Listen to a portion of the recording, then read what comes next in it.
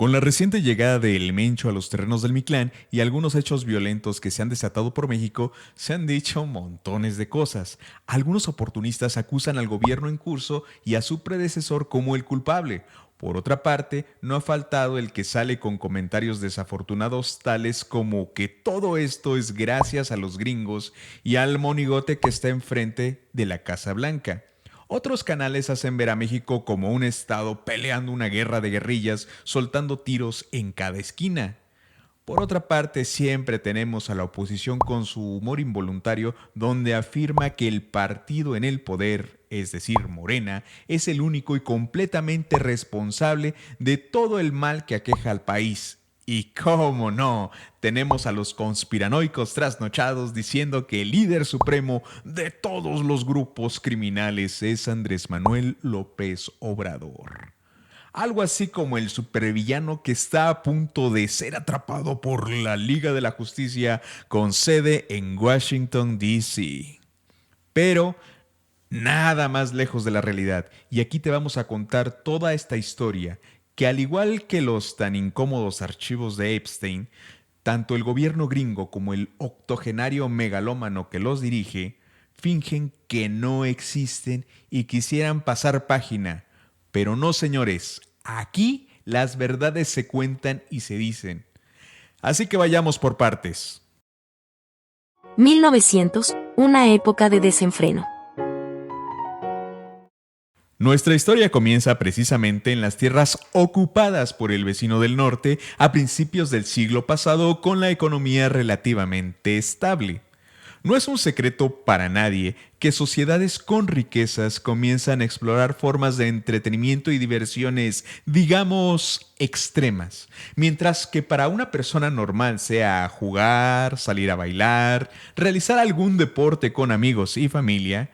Para los millonarios esto es algo como demasiado simple, algo no tan digno de su alcurnia.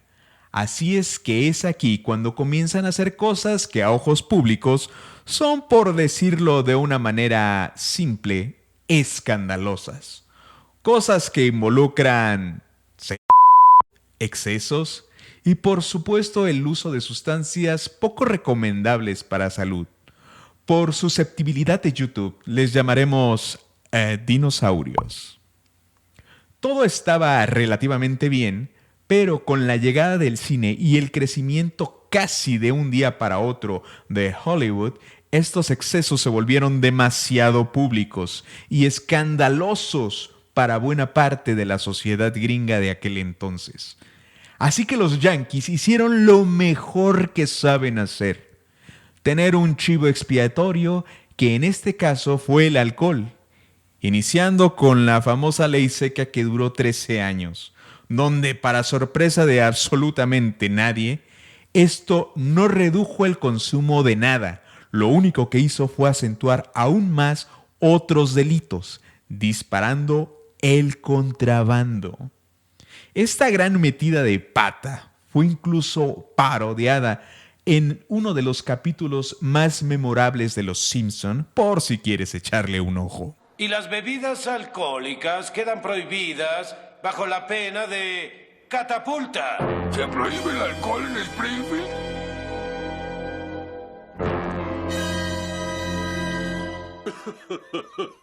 ¿Viste eso, Berenice? ¡Caramba!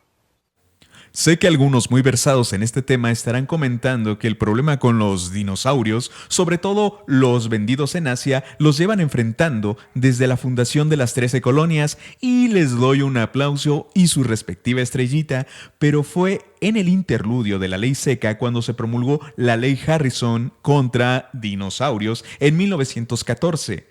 Pero, ¿por qué una se derogó y la otra no? ¿Hace más daño los dinosaurios que el tabaco o esa cerveza que te estás tomando?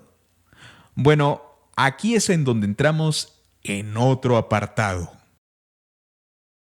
La hipocresía y el clasismo, marcas registradas de USA. No es un secreto para nadie que los multimillonarios yanquis son asiduos consumidores de sustancias jurásicas. Desde cantantes que fallecieron por el abuso en su consumo como Elvis Presley, Whitney Houston, Jimi Hendrix, Adam Rich, y si seguimos, la lista continúa. Y no olvidemos los que han tenido roces con sustancias jurásicas y siguen vivitos y coleando, muy probablemente consumiendo dichas sustancias con más responsabilidad, como Miley Cyrus, Charlie Sheen, Lindsay Lohan, incluso Johnny Depp, en el juicio que tuvo con Amber Heard, declaró que sí consumía sustancias jurásicas. Y no hay duda para nadie, con un poco de sentido común, que en las fiestas celebradas de Epstein, donde Trump era invitado, hubiera circulación de estas sustancias jurásicas como si fueran dulces. Sabiendo de antemano toda la depravación ilegal que allí ocurría, consumir polvos de Triceratops suena casi inocente, pero los gringos, perfectos maestros en la doble cara, nunca van a admitir su responsabilidad en temas delicados, porque mientras existan los excesos entre semana, los domingos podrás encontrar en misa diciendo que Dios es su pastor y su guía. ¿Qué importa si el lunes golpearon a su mujer, el martes ordenaron una de suscripción de la vida para alguien, el miércoles consumieron escamas de estegosaurio y el jueves y viernes tuvieron como esclava, ya saben de qué forma, a una pequeña que no llega ni a los 17 años? Todo esto para que el domingo ese Dios misericordioso purifique sus almas y los convierta en personas nuevas una vez más. Porque aunque te lo vendan como un país de libertad, de derechos y la mejor democracia del mundo, lo cierto es que si no tienes dinero, poder o el color de piel correcto, solo eres un sucio delincuente cuya vida, seguridad, libertad y derechos son muy prescindibles. Eso es, les guste o no, la realidad del imperio yanqui, la mentalidad con la que formaron y siguen formando su país. 70 años de una dictadura en México, con el visto bueno de la Casa Blanca. Como dije antes, el tráfico de sustancias no es nada nuevo. A los gringos les surgía mantener las apariencias, pero como no pueden controlar el tráfico de sustancias y no quieren por el dinero que esto significa, ¿qué podían hacer? En esos años, un militar a quien apodaban el Tata, el general Lázaro Cárdenas del Río, estaba en funciones, pero resultó ser demasiado incómodo para tener ese control al que están tan habituados los yanquis, ya que él apoyaba muchas ideas socialistas. Fue él quien prácticamente sacó a patadas a los gringos de los recursos tales como el petróleo, nacionalizó la banca, hizo reformas agrarias, sentó las bases laborales, sobre todo para la clase obrera trabajadora, e incluso a inicios de la Segunda Guerra Mundial le plantó cara al mismísimo Frank Delano Roosevelt, cuando éste quiso enviar tropas gringas para asegurar el bienestar de su nación por temor a que las tropas alemanas usaran a México como punto de invasión estratégico en aquel conflicto. A lo que el general tajantemente y con los tenates bien puestos respondió: no, vas a enviar a un pequeño grupo de soldados desarmados y únicamente a adiestrar a mis tropas.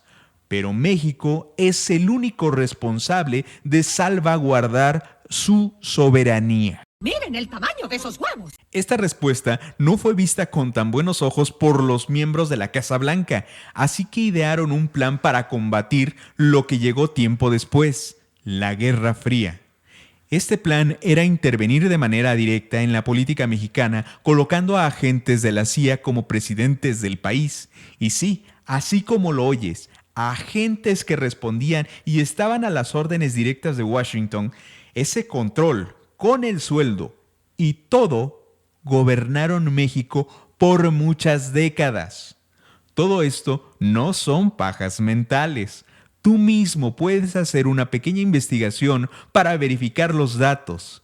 Esto está contenido en documentos desclasificados que nos da al menos 5 nombres de expresidentes mexicanos con esas características: Adolfo López Mateos, Gustavo Díaz Ordaz, Luis Echeverría Álvarez y José López Portillo. Pero el control no acaba aquí. Haciendo un pequeño ejercicio de 1 más 1, es curioso cómo la oposición que encarnaban al PRI y al PAN en campaña en contra del expresidente AMLO y el actual presidente Claudia Sheinbaum hayan hecho declaraciones como esta. Todo mundo sabe que el petróleo va de salida, no lo digo yo. Las marcas de coche que tú conoces, Chevrolet, Ford, Volkswagen, Toyota, Honda, ya anunciaron la fecha. El día de hoy anuncio que en los primeros 6 meses de mi gobierno, la refinería Héctor Lara Sosa de Cadereyta, Nuevo León, y la refinería Francisco y Madero en Tampico, Tamaulipas, cerrarán de forma definitiva. Lo que nos hace pensar qué tantos negocios e inferencia hay principalmente en la oposición, más si tomamos algunas cosas como... Bueno, es absolutamente bienvenida la ayuda de los Estados Unidos para combatir a los cárteles en México, y ese es el sentir de la mayoría de los mexicanos. Y sí, hay algunas personas con una mentalidad desinformada que piden a gritos que los yanquis gobiernen México, olvidando que ya lo hicieron y no nos fue nada bien, ya que entre el 68 y el 79 había matanzas de estudiantes a diestra y siniestra, grandes devaluaciones de los 80s de hasta 600%, una inflación del 100% anual y una depreciación de hasta 646%. Todo esto abarcando los periodos que curiosamente los 5 agentes de la CIA confirmados fueron presidentes de la nación. Así que todos los que piden a gritos una intervención de Washington y del monigote que los dirige, desde aquí les damos el siguiente saludo. Jódete. Jódete. Jódete. Jódete. Jódete. Jódete. Jódete. Sé que muchos estarán preguntando, pero todo esto, ¿qué tiene que ver con el narco? Porque muy bonita tu historia y todo, pero ¿qué tiene que ver con lo que está pasando hoy en México? Excelente pregunta, ya que vimos la necesidad de consumo de las élites yanquis, su línea de pensamiento y su control político principalmente en México, es ahora cuando la historia se pone interesante. El nacimiento de los cárteles como parte del capitalismo y del control social. Como mencioné antes, siempre ha habido tráfico, pero si bien lo que en un principio fue un simple cumplimiento de oferta y demanda, hubo personas que vieron en esto un negocio, y si hay algo que les guste más a los gringos que un buen perico de pterodáctilo, es el dinero de un buen negocio. No por nada hubo un crecimiento exponencial durante la época de la ley seca de muchas organizaciones criminales, que hoy serían algo así como los abuelitos de los cárteles latinoamericanos. Ya saben, los gringos siempre siendo los padres fundadores de lo peor del mundo. Pero no fue hasta principios de la década de los 50 y al término de la Segunda Guerra Mundial cuando estas se empezaron a establecer como organizaciones, llamémosles formales, donde algunos países eran productores, tales como Ecuador, Colombia y Venezuela, y otros eran rutas comerciales, como es el caso de México, para alimentar al consumidor final, que no es sino otro que el, adivinaron, el cricoso país del tío Sam. Obviamente tenía otro negocio que ofrecerles a sus nuevos socios comerciales: la venta ilegal de armas. Porque faltaba más, que fueran a hacer de manera legal. ¿Cómo los dejaría? O todo negro o nada. No vaya a ser que quieran reportar esas ganancias a sus respectivos órganos hacendarios. Que entre más ganancias deje el business, no importa ni los desvividos, ni el caos social, ni los adictos. Ya saben, el capitalismo en todo su esplendor, señores. ¡America! ¡Woo! La estrategia era genial. Dinero para todos los involucrados, principalmente para los vecinos del norte, que se forraron en billetes por la venta constante de su armamento, material jurásico para el entretenimiento de las élites y su desenfreno, pero lo más importante, control a través del miedo a la población de un país, porque es más fácil controlar la opinión pública y la sociedad de dicho país que tiene problemas internos que de una sociedad unida con valores, identidad, unión y además que respeta a las demás naciones. Que un país así surja es un peligro para la estabilidad y el estilo de vida americano. Además de ser un excelente chivo expiatorio para hacer lo mejor que saben hacer los acólitos del tío Sam. Ya saben, llevar la libertad a punta de pistola a través del mundo. Esto también tiene otro sentido. Uno que pocos canales o ninguno abarca por más de geopolítica que se diga que conocen. Y en ese sentido son las inversiones y relaciones comerciales. Si México fuera o se hubiera convertido en un país estable como era el proyecto de nación a principios de los años 30, sería un titán que hubiera eclipsado al vecino del norte. Zona marítima comercial con ambos océanos, varios destinos turísticos, clima estable en la mayor parte de la región, una mentalidad comercial más justa y menos agresiva que el vecino del norte, a la par de tener recursos naturales suficientes para crear insumos que lo hacen autosuficiente para sostener su economía, ricas tierras de cultivo. Todo esto era preocupante para el tío Sam, ya que en términos generales es más rentable hacer negocios y comerciar con un país estable a uno demasiado volátil y bélico. Y esto se notó con la fundación de múltiples empresas nacionales, aunado al corte capitalista con toques socialistas que adoptó como modelo económico en aquel entonces. Fue muy atractivo para gran parte del mundo. De hecho, también se nota en la migración que fue muy baja hasta mediados de los 50.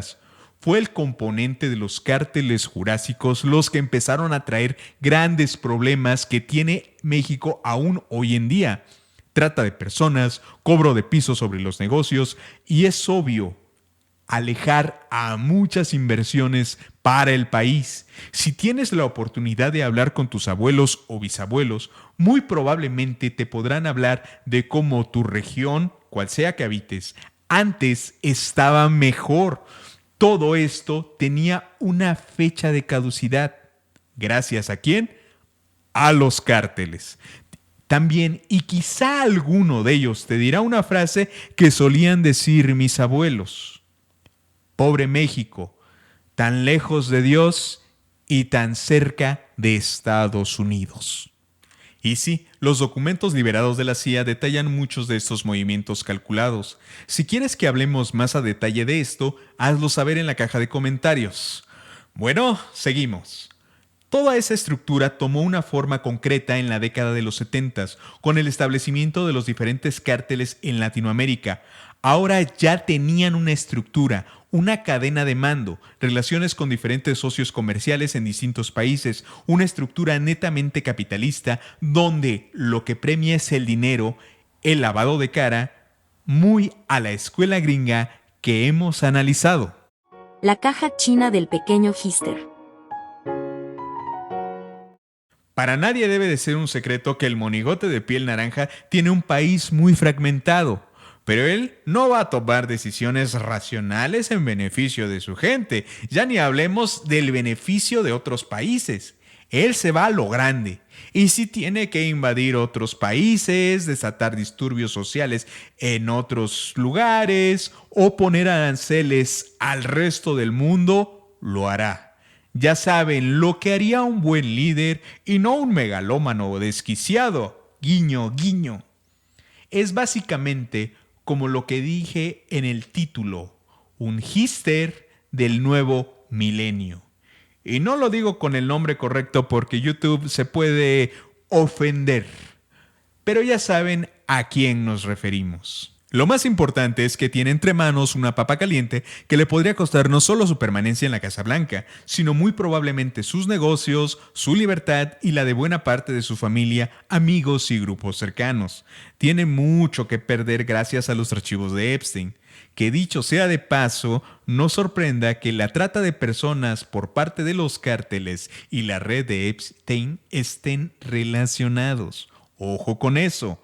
Por tanto, generar conflictos internacionales en donde los países se vean obligados a solicitar cierto apoyo mata a dos pájaros de un solo tiro. Primero, tratar de generar la imagen de un cuasi Capitán América, uno viejo, senil y más malo que Red Skull, pero bueno, es mejor que nada. Y por otro lado, poner a su favor la opinión pública, además de poner a trabajar a sus políticos para solucionar una posible contingencia internacional. Aunque, como ya analizamos, ellos fueron los que en resumen crearon y le dieron fuerza a los cárteles, proporcionando dinero y armas a los delincuentes que dicen combatir. Sí, efectivamente, en retrospectiva y ante los ojos de la verdad, es solo el villano que está detrás de muchas cosas oscuras en Latinoamérica. Si tuviera que hacer el comparativo, Trump sería el jefe de Hydra, que se infiltró en S.H.I.E.L.D. y que busca el control total del mundo, o al menos de toda América, a sus enteros caprichos y excentricidades. La nueva y flamante doctrina Monroe. Suena descabellado, pero aquí es cuando la realidad superó y por mucho a la conspiración o libreto de cualquier película o cómic. Ya por último, para abarcar este complejo tema lo más posible tenemos que hablar de Morena, parte de los cárteles. Vamos a empezar con lo más obvio. Los cárteles nacieron en los periodos del PRI. Ya lo dijimos antes y lo reafirmamos por si alguien no lo tenía del todo claro. Pero, ¿y qué pasa con el PAN y con Morena, que es el partido que gobierna actualmente? El PAN, si bien era considerado como el partido de oposición, la verdad es que fue más un placebo para calmar las aguas después de lo ocurrido en el 88 y del hartazgo que la población tenía por tantos malos gobernantes, el nepotismo y retóricas gastadas. Pero a la luz de la historia, los gobiernos panistas seguían con los vicios de siempre. Para hablar más a fondo sobre este tema, esperen un video donde haremos un resumen sobre la historia de los partidos y presidentes de México, muy a nuestro estilo. Continuemos. Antes de Peña Lord Copetes Nieto, hubo dos presidentes del PAN. El primero fue Vicente Fox y el segundo fue Felipe Calderón. Del primero podemos decir que fue un presidente con la lengua muy suelta. En campaña prometía resolver todos los males en 15 minutos. Y el segundo fue un artífice de la llamada guerra contra el narco, que en un análisis minucioso podemos decir que fue una reestructuración para tener a los cárteles jurásicos que tenemos hoy en día, ya que la cara pública era lucha total contra el crimen, pero la verdad, cárteles como el de Jalisco, como el del Golfo, adquirieron la plaza completa, afianzando su poder e influencia tanto en México, Gringolandia y en el resto del mundo. No es de extrañar que este crecimiento exponencial llegara de la mano con la creciente demanda del fentanilo en tierras yanquis. El escenario estaba puesto, solo había que modernizarlo. Y el periodo de Calderón fue el momento perfecto. No por nada, Genaro García Luna, exsecretario de Seguridad Pública de México, es decir, el mandamás, el jefazo, el hombre de confianza del presidente en materia de seguridad, que planificaba todos los movimientos para acorralar a los criminales, incluyendo a los narcos, está purgando una condena de 38 años impuesta desde el 2024 por apoyar al cártel de Sinaloa. ¿Coincidencia? Llegados a este punto, creo que tanto ustedes como yo ya dejamos de creer en coincidencias. Pero ¿y Morena? Aquí no vamos a justificar absolutamente a nadie, ni a canonizar a nadie. Pero los más versados en política sabrán que en esto no hay tonos totalmente blancos o totalmente negros. Hay más bien intenciones y fines. La verdad es que Morena, con Andrés Manuel López Obrador al frente fue una espina en el trasero para todos los políticos con ideas de antaño.